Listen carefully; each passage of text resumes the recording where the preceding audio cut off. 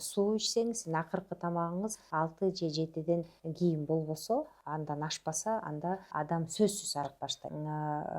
Жанагындай биз деген билбей эле ал жанагы перекустардын калоражын санабайбыз да, анан кийин ушу ашыкча салмак боло берет да. Бир 100-200 килокалорий болсо дагы ал жумасына, айына ал деген жок дегенде бир 2 килограммды берет экен дагы. Ошоналардан арылышыбыз керек. Бирок ошондой эле учурда жана висцералдык майды жоготуш үчүн ал деген физикалык, бир гана эле физикалык активдүүлүк керек. Сизге кайсы физикалык активдүүлүк жакса, ошондой активдүүлүк кыла берсеңиз болот. Кээ бирөө жөн эле үйдөн YouTube'ду карап алып эле зарядка жасаса болот, кээ бирөө болсо йога жасаса болот, кээ бирөө болсо жанагы эле тиги огородко барып иштесе, мисалы огородуңуз огород кыймыл аракет жасасаңыз, үйдө кыймыл аракет жасасаңыз, терезе жуусаңыз, мисалы пылесостосоңуз, мисалы чаң сүртсөңүз деле бул деле кыймыл аракет да. Ушунун баары эле жөн жатпай ушундай кыймылдоо керек.